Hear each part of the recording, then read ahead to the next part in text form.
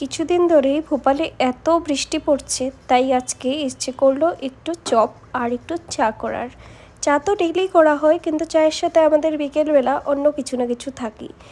Actually কি হয়, সিদ্ধার্থের দুপুরে যাই খাক না কেন, বিকেলবেলা এত খিদে পায়, আমার রোজ দিনই কিছু না কিছু ওকে বানিয়ে দিতেই হয়। এক কথায় বলতে গেলে অনেকেরা ভিডিওর জন্য রান্না করে, আর আমার কন্টেন্ট সিদ্ধার্থের এই হ্যাবিটটার জন্য আগেই রেডি থাকে। ডেইলি কিছু না কিছু তো বানিয়েই থাকি, তো ওই হিসেবে আমার ভিডিওর কন্টেন্টও কিন্তু রেডি হয়ে থাকে। আর আজকে তাই বানিয়ে নিচ্ছিলাম পুরো আদা দিয়ে ঝাল ঝাল করে দুধ চা।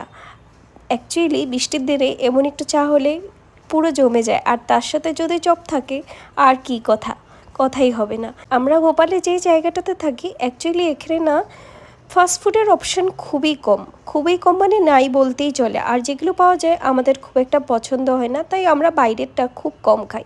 আর তার জন্যই একটা জিনিস আমার মধ্যেও খুব ভালো হয়েছে, আমি অনেক কিছু স্ন্যাক্সের আইটেম শিখে গেছি।